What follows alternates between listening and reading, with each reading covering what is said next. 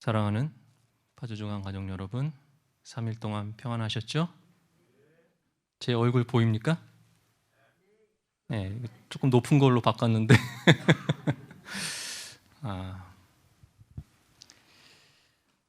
오미크론 코로나 바이러스로 우리 고생하시는 성도님들이 빨리 우리 성전으로 나와서 함께 예배드리기를 간절히 기도합니다.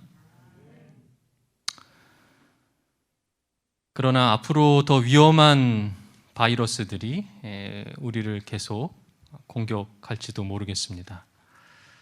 그러므로 우리는 우리 교회에 주신 이 건강 기별대로 살아가면서 몸과 마음을 건강하게 해야 될 것입니다. 특별히 어떠한 바이러스로부터라도 우리를 보호해 주시는 하나님에 대한 그러한 강한 믿음을 갖게 되시기를 간절히 바랍니다.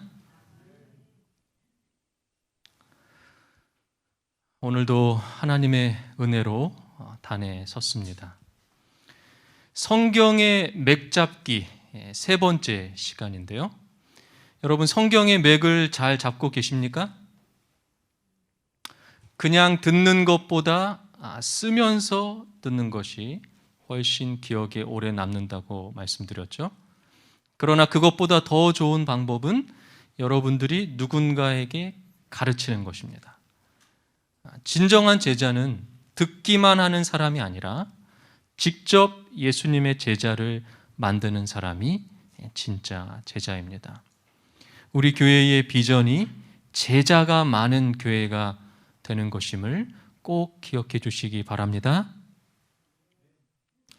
지난주 금요일 설교가 끝난 뒤에 카톡방에 그림이 또 하나 올라왔어요.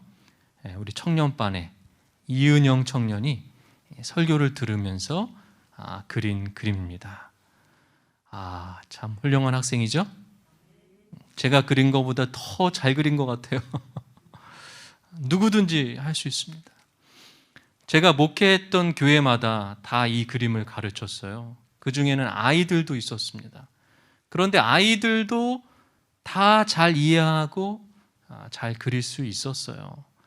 아이들도 할 수 있다면 우리 모두가 할 수 있는 것입니다. 저도 이 그림을 배운 거라고 말씀드렸죠.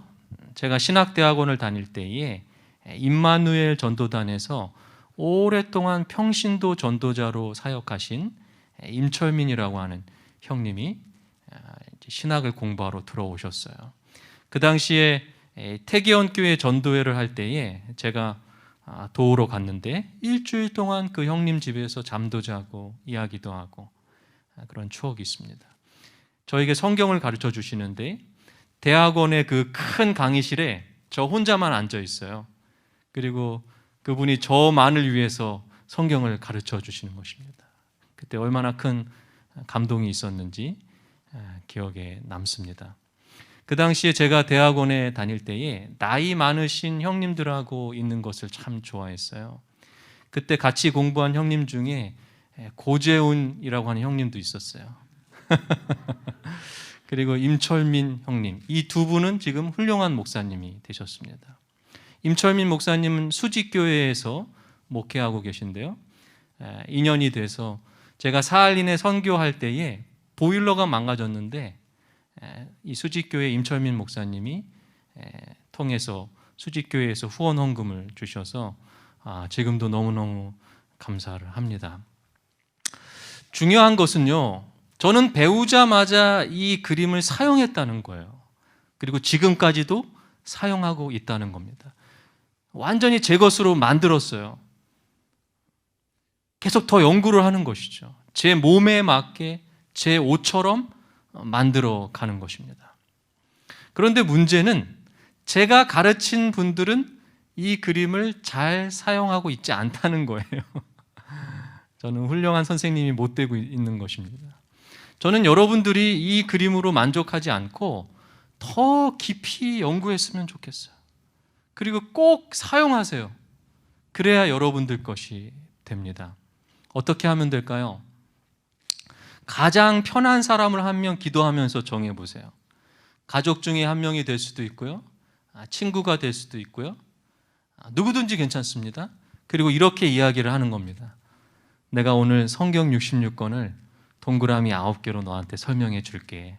그리고 종이를 펴서 그림을 그리면서 설명을 해주는 거야. 그러면 사람들이 오, 성경 되게 잘한다. 그럼 이렇게 여러분들이 대답하는 겁니다. 우리 파주중앙교회 성도들은 이거 다 아는 거야. 그렇게 얘기하는 거예요. 여러분, 다른 사람에게 성경을 가르치고 나누는 것이 얼마나 행복한 일인지 몰라요. 그 경험을 꼭 해보시기를 바랍니다. 자, 성경에는 이 그림에서 보는 것처럼 두 개의 큰 줄기가 있다고 말씀드렸죠. 선과 악이라고 하는 그 두 큰 줄기가 있는데, 이것은 마치 우리 인체의 동맥과 정맥과도 같다고 말씀드렸어요. 이 동맥과 정맥을 연결하는 모세혈관 같은 줄기가 있는데, 그것이 바로 십자가라고 하는 것입니다. 선과 악, 즉 선하신 하나님과 악한 죄인은 연결될 수가 없어요. 그것을 연결하시기 위해서 예수님이 십자가에서 죽으셨고, 그것을 구속이라고 말하는 것입니다. 그 구속을 이루시겠다라고 하는 약속을 성경은 언약이라고 말하고 있는 거예요. 그러므로 우리는 성경을 볼 때에 반드시 구속의 관점으로, 언약의 관점으로 볼 수 있어야 합니다. 제가 안경이라고 말씀드렸죠. 구속의 안경과 언약의 안경을 끼고 성경을 볼 때 우리는 보다 성경을 잘 이해할 수 있고 깊이 깨달을 수 있게 된다는 거예요. 자, 성경 66권을 동그라미 9개로 그린다고 했는데요. 이 66권 중에 빠진 책들이 있다고 말씀드렸어요. 어떤 책들이 빠졌는지 아시겠습니까? 이 그림에서 66권 중에 바로 시가서하고 문학서가 빠졌어요. 그리고 신약 성경에는 서신서가 빠졌어요. 여러분, 그러면 왜 하나님이 시가서와 서신서를 성경에 넣었을까요? 자, 그림을 다시 자세히 보세요. 구약 성경은 이스라엘의 역사이고 신약 성경은 영적 이스라엘인 그리스도인들의 역사라고 말씀을 드렸습니다. 그러므로 시가서와 서신서 26권을 제외한 성경 40권은 역사와 예언의 기록들이라는 거예요. 그렇다면 역사와 예언만 가지고도 우리는 충분히 하늘 가는 방법을 알게 되었는데, 왜 우리에게 시가서와 서신서를 주셨을까요? 어떻게 생각하십니까? 시가서와 서신서의 특징은 무엇인가요? 바로 삶의 간증이 담겨져 있는 책이에요. 이것을 문학으로 말하면 수필이라고도 할 수 있겠죠. 내가 겪은 삶의 이야기를 기록한 것들이 바로 이 시가서와 서신서예요. 자, 어떤 것들이 있습니까? 구약에 5권의 책이 있죠. 욥기는요, 첫 번째 책, 욥기는 고난의 책입니다. 욥이라고 하는 믿음의 선배가 어떤 고난을 겪었고, 그 고난을 통해서 무슨 생각을 했고 어떻게 승리했는지에 대한 간증이 바로 욥기예요. 그런데 여러분, 우리도 욥처럼 어때요? 똑같이 고난을 겪고 있다는 거예요. 그럴 때 우리는 욥기를 읽으면서 우리가 어떻게 인내해야 하고 어떻게 승리할 수 있는지를 배울 수 있게 된다는 거예요. 그래서 하나님이 욥기를 성경에 집어넣으신 거예요. 시편은 어떻습니까? 시편은 찬양과 감사의 책입니다. 시편을 통하여 우리는 어떻게 찬양하고 어떻게 감사하면서 살아갈지를 배울 수 있게 되는 거예요. 잠언은요, 지혜의 책입니다. 가장 지혜로운 믿음의 선배였던 솔로몬의 간증과 생각이 담겨져 있어요. 그러므로 우리는 잠언을 통해서 삶의 여러 가지 지혜들을 배울 수 있게 되는 거예요. 너무 중요한 책이죠. 자, 그 다음에 4번째, 전도서는 어떻습니까? 모든 것을 가졌던 솔로몬이 결국 인생은 허무하다는 것을 깨닫고 쓴 간증이에요. 그러므로 우리는 전도서를 통해서 이 땅에서의 삶이 너무도 허무한 것이기 때문에 이 땅을 바라보지 말고 하늘을 바라볼 것을 배우게 되는 것입니다. 야, 얼마나 중요한 책입니까? 그래서 하나님이 이 시가서를 성경에 넣으신 거예요. 자, 그러면 아가서인데요. 5번째, 솔로몬이 역시 쓴 책이에요. 솔로몬과 술람미 여인의 사랑의 이야기가 담겨져 있는 책입니다. 그런데 여러분, 남자와 여자의 지극히 개인적인 사랑의 이야기가 왜 성경책에 들어갔을까요? 그래서 어떤 사람들은요, 아가서는 성경책에서 빼야 된다고 주장을 합니다. 그런데 그것은요, 아주 어리석은 주장이에요. 성경의 맥을 모르기 때문에 그런 이야기가 나오는 거예요. 제가 성경의 맥을 보고 봐야 된다고 그랬죠. 큰 그림으로. 구속의 관점, 구속의 안경을 끼고 아가서를 보면 여러분, 아가서가 어떻게 보일까요? 그저 단순한 남자와 여자의 사랑 이야기로 보일까요? 절대 그렇지 않습니다. 여러분, 아가서에서 솔로몬은 예수님을 상징하고 술람미 여인은 우리를 상징하는 거예요. 그것이 구속의 안경을 끼고 볼 때 우리가 보이기 시작하는 거예요. 외모도 보잘것없고 신분도 보잘것없었던 술람미의 한 여인이 솔로몬 왕의 조건 없는 사랑을 받고 왕비가 되는 이 이야기는 누구의 이야기하고 닮았습니까? 보잘것없는 죄인인 우리가 예수님의 사랑을 받고 하늘 궁전에 왕의 후손으로 살아갈 수 있는 놀라운 이야기가 아가서에 담겨져 있는 거예요. 아멘? 여러분, 이 감동적인 이야기를 성경에 뺏어야 되겠습니까? 말도 안 되는 이야기죠. 성경을 모르니까, 큰 그림으로 보지 않으니까 자꾸 이렇게 생각하는 거예요. 그러므로 아가서는 바로 복음을 담고 있는 책인 거예요. 이 구약의 5권의 책은 구약 시대에 살았던 사람들의 간증이에요. 그렇다면 시가서와 일치하고 있는 신약 성경의 서신서는요, 어떤 사람들이에요? 신약 시대에 살았던 우리의 믿음의 선배들의 간증과 생각들이 담겨져 있는 책인 겁니다. 성경 개관 우리 배운 거 기억나시죠? 제가 구약과 신약 성경의 내용이 일치한다고 말씀드렸어요.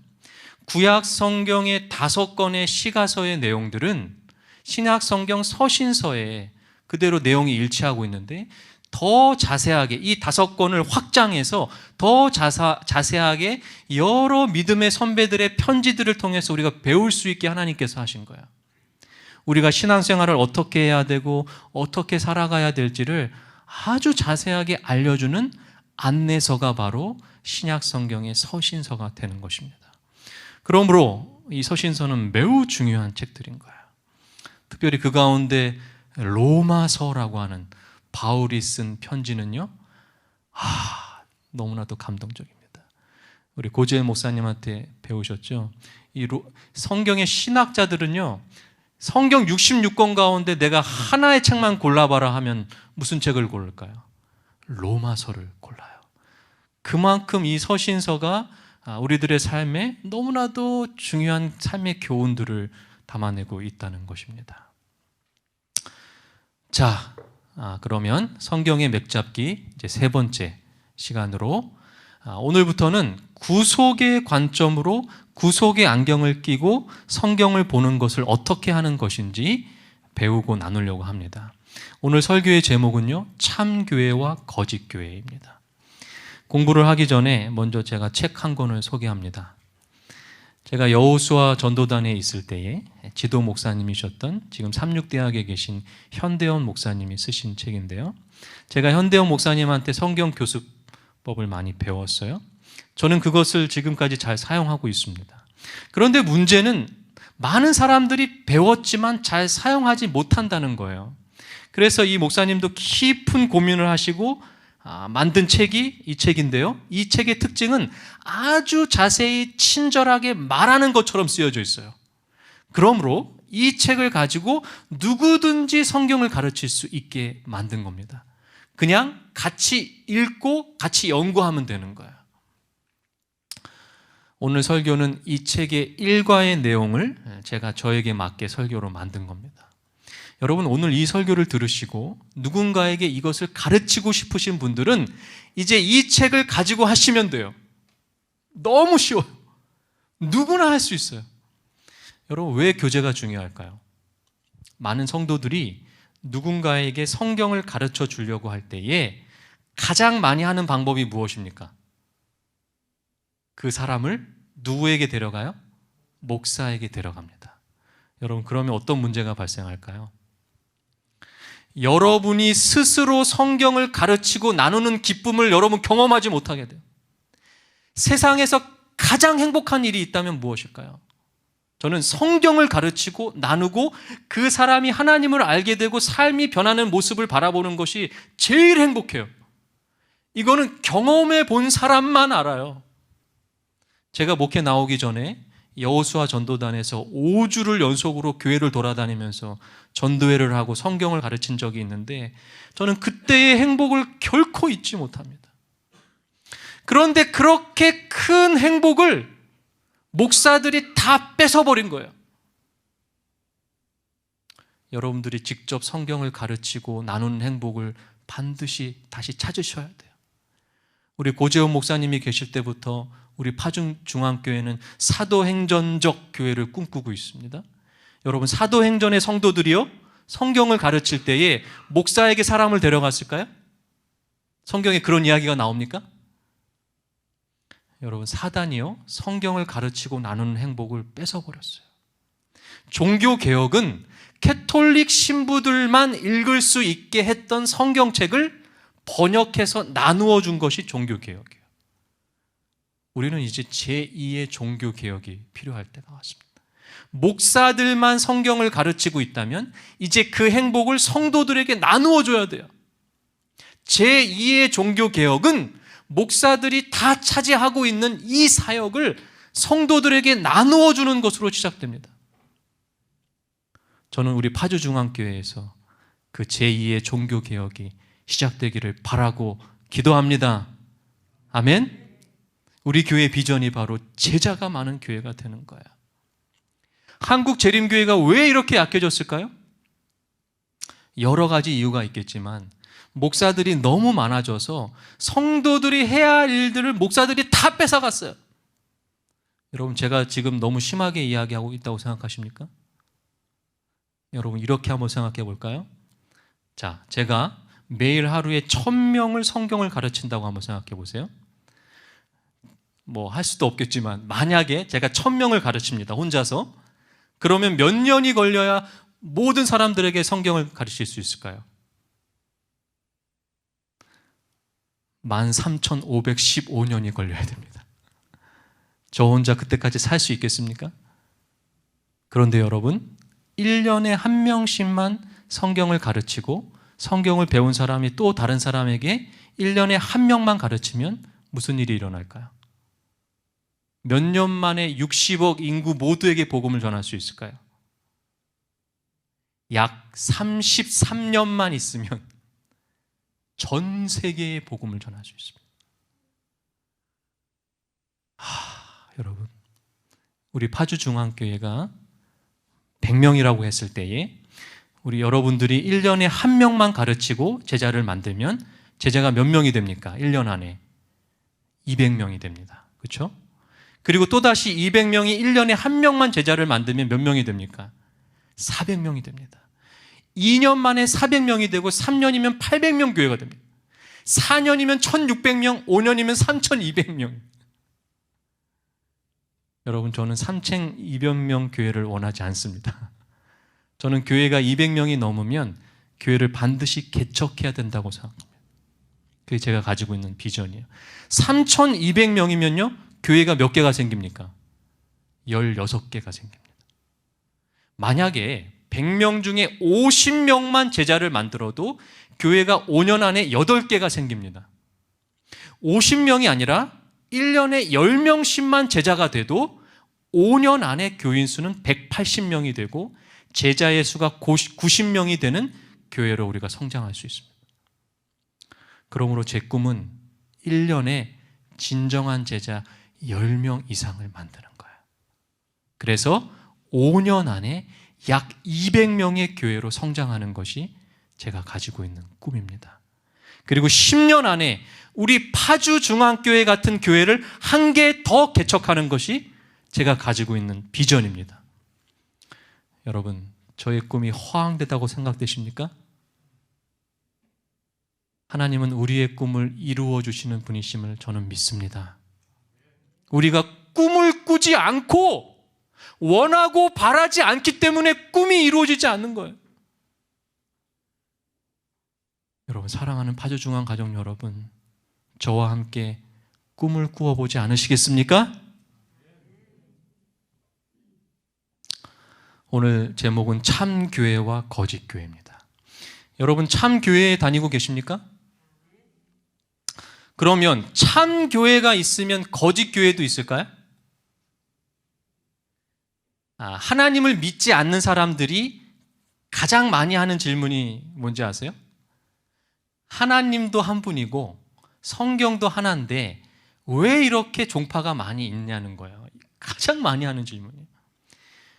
여러분, 만약에 여러분이 그 질문을 받았다고 하면 뭐라고 대답하시겠습니까? 자, 그런 사람이 있으면 종이를 꺼내시고 지금부터 제가 그리는 그림을 그려주시기 바랍니다.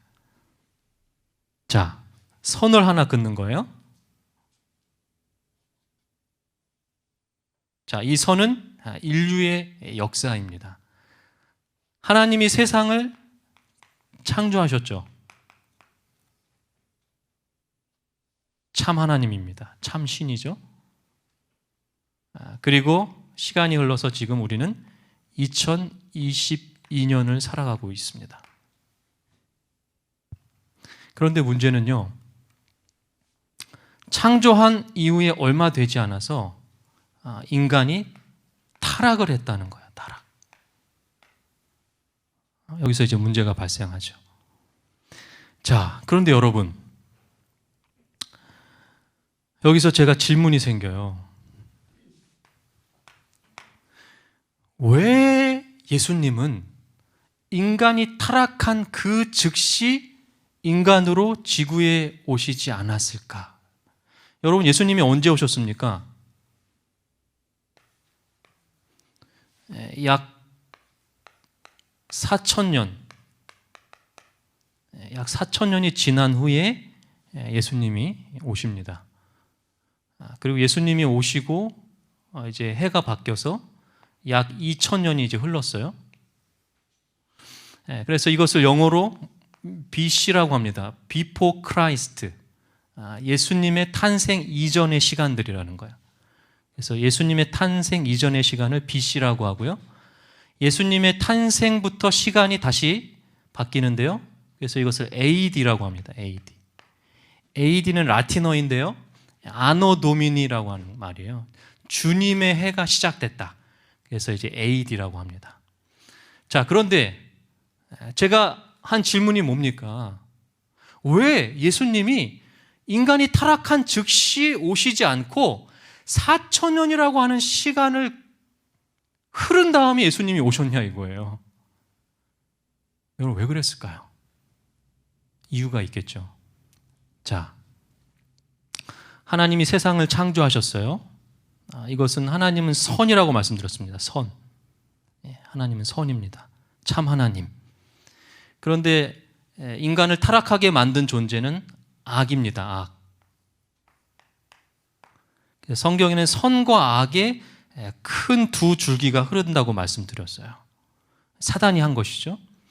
자, 그런데 이 선과 악을 연결할 수 있는 것이 십자가라고 말씀드렸습니다. 선은요, 참 하나님이죠. 참 하나님. 그럼 악은 뭡니까? 거짓 하나님이에요. 거짓 하나님.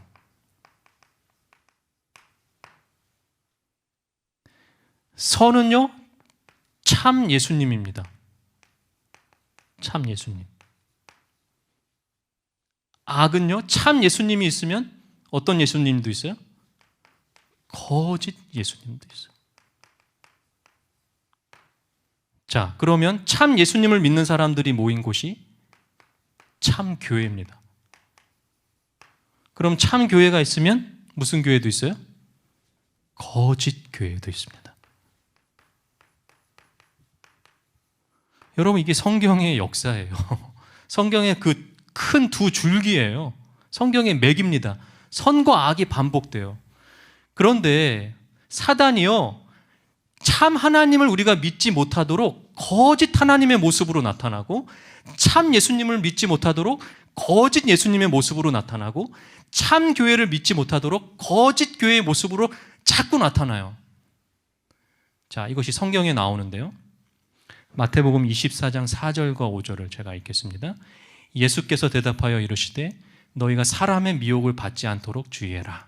많은 사람이 내 이름으로 와서 이르되 나는 그리스도라 하여 많은 사람을 미혹하리라. 실제 예수님께서 이렇게 경고하셨어요. 사단이 거짓 예수를 만들어서 너희를 미혹하게 할 것이다. 자, 24절에는요, 거짓 그리스도들과 거짓 선지자들이 일어나 큰 표적과 기사를 보여 할 수만 있으면 택하신 자들도 미혹할 것이다 라고 이야기했습니다. 그런데 이 예수님의 이 이야기가 정확하게 성취가 되고 있습니다. 성취가 됐습니다. 되고 있습니다. 우리는 지금 이런 시대에 살아가고 있어요. 그러면 우리가 인간들이 참 하나님과 거짓 하나님을 구분하기가 쉬울까요? 어려울까요? 인간들이 참 예수님과 거짓 예수님을 구분하기가 쉬울까요? 어려울까요? 어렵습니다. 왜 그럴까요? 지금 보세요. 거짓 예수가 표적과 기사, 기적을 행하잖아요. 그렇죠? 예수님도 기적을 행하셨고 거짓 예수도 기적을 행하니까 사람들이 보기에 누가 진짜 예수인지 알 수 있어요? 없어요? 없어요. 그렇다면 하나님께서 참 하나님과 거짓 하나님, 참 예수님과 거짓 예수님을 구분할 수 있는 방법을 우리에게 주셨을까요? 안 주셨을까요? 반드시 주셨겠죠. 반드시. 자, 그래서 왜 예수님이 4,000년 뒤에 오셨는가? 바로 이 이유 때문에 그런 거예요. 이때 오시면 사람들이 참 예수님을 발견할 수 있는 방법이 없기 때문에 거짓 예수를 믿게 돼요. 하나님은 참 예수님을 발견할 수 있는 방법을 다 만들어 놓으신 다음에 오셔야 돼요. 무슨 말씀인지 아시겠죠? 자, 그럼 어떤 일이 일어났는가? 인간들이 많아지면서 뭐가 생겼냐면요, 나라가 생겼습니다. 자, 나라가 생기면 어떤 일이 일어납니까? 역사가 생깁니다. 역사. 그리고 글이 생기기 시작했어요. 자, 그 역사와 글을 가지고 어떤 일이 벌어졌냐면 모세라고 하는 사람이 책을 쓰기 시작하는데 창세기, 출애굽기, 레위기, 민수기, 신명기를 쓰게 됩니다. 그 모세 오경 가운데에 참 하나님을 발견할 수 있는 방법을 집어넣은 거예요. 하나님께서. 그리고 모세 이후에 말라기 선지자까지 구약 성경이 쓰여집니다. 구약 성경.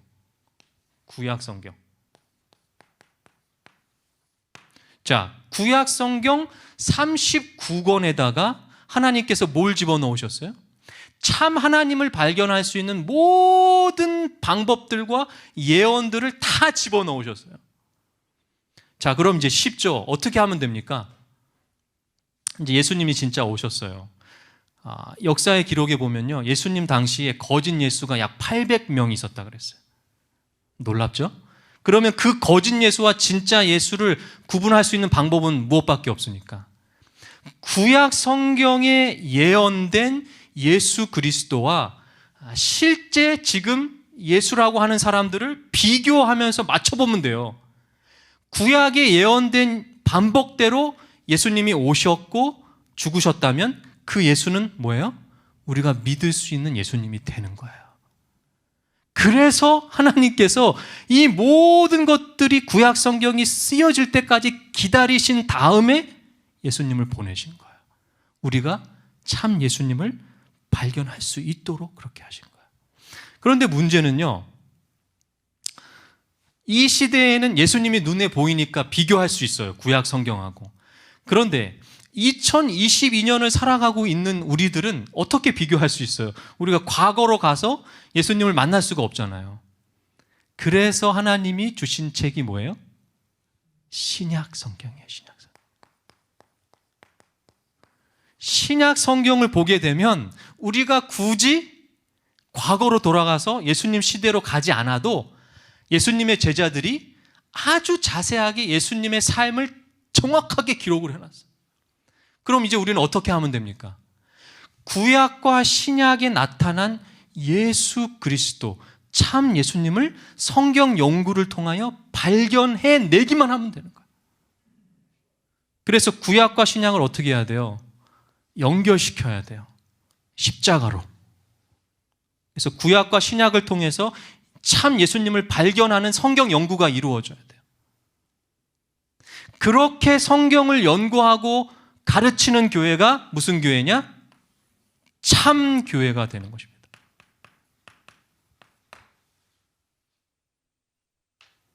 제가 우리 재림교회의 모태교인으로 태어나서 40년을 넘게 사는데, 우리 재림교회는 이 방법대로 성경을 가르칩니다. 저는 단 한 번도 이 방법이 아닌 것으로 성경을 배워본 적이 없어요. 저는 우리 교회가 참교회임을 믿습니다. 하나님께서 이렇게 우리들에게 방법을 주셨고, 우리는 이 방법대로 성경을 연구하고 교회가 생겼고, 지금까지 계속해서 참교회로서 성경을 이렇게 바라보고 있어요. 구약과 신약을 일치하게 바라보고, 구약으로 신약을 해석하고 신약으로 구약을 해석합니다. 그리고 그 안에 예수 그리스도를 높이는 일을 하고 있어요. 그런데 어떤 사람들은요, 구약만 성경이라고 믿습니다. 이슬람 사람들, 유대인들, 구약만 믿어요. 이것은 참교회일까요? 아닙니다. 하나님의 방법이 아니에요. 어떤 사람들은요, 신약만 중요하다고 이야기합니다. 구약 성경은 유대인들의 이야기이기 때문에 중요하지 않고 우리는 신약 성경만 있으면 돼, 예수님만 있으면 돼. 이게 정말 참교회입니까? 아닙니다. 뭔가 잘못되고 있어요. 그런데 어떠한 사람들은요, 구약과 신약을 연구하는데 자기들 마음대로 자기 인간을 예수님이라고 이야기합니다. 이것은 예수 그리스도를 높이는 교회가 아니라 아주 인간적인, 자기 자신을 예수라고 말하는 거짓 종교의 모습이라는 거예요.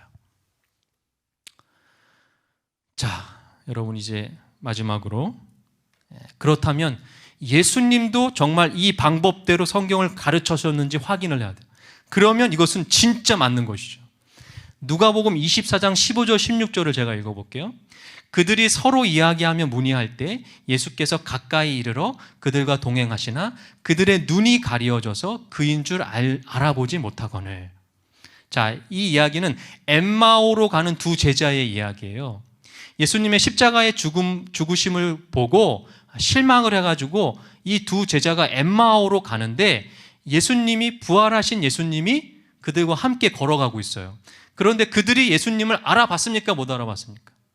못 알아봐요. 자, 그리고 27절입니다. 이에 모세와 모든 선지자의 글로 시작하여 모든 성경에 쓴 바 자기에 관한 것을 자세히 설명하시니라. 예수님이 이제 어떻게 했어요? 참 예수님을 몰라보니까 예수님이 참 예수님을 알려주려고 어떤 방법을 선택하셨어요?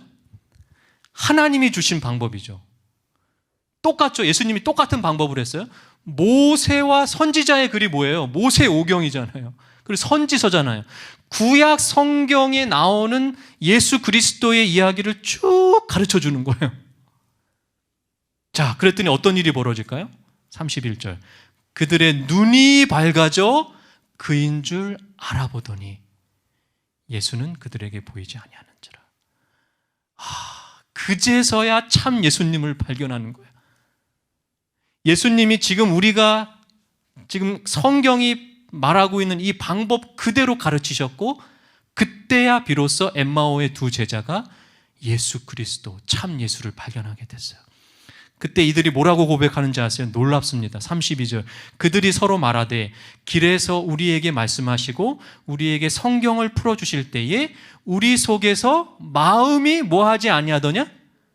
뜨겁지 아니하더냐. 아멘? 여러분, 우리가 신앙생활하면서 뜨거운 경험을 하는 게 바로 이런 거예요. 뜨거움이라고 하는 것이 감정이 아니에요.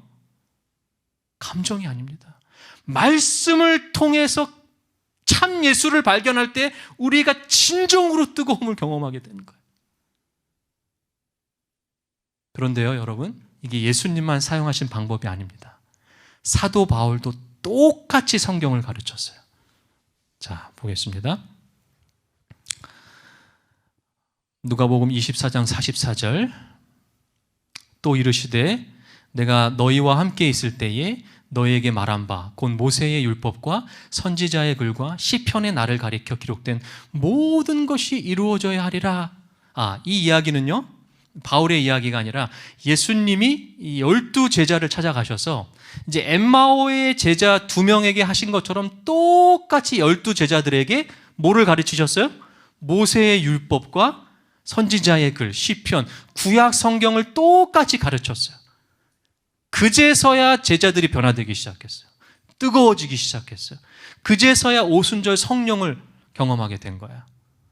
자, 그리고 제가 말씀드린 대로 사도행전에 보면 바울이 똑같이 행합니다. 28장 23절.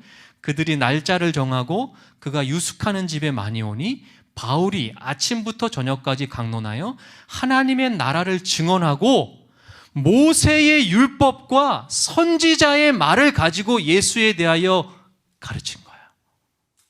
아멘? 아멘. 오늘 우리는 참 예수를 만나는 방법을 알게 됐어요. 참 교회를 발견할 수 있는 방법을 알게 됐습니다. 그것은 바로 구약과 신약을 하나로 일치되게 바라보면서 십자가를 통해서 구약으로 신약을 설명하고 신약으로 구약을 설명하면서 그 속에 담긴 진리들을 발견해내고 예수 그리스도를 높이는 그 교회가 참 교회임을 여러분 이 시간 오늘 꼭 기억하게 되시기를 바라면서 말씀을 마치겠습니다.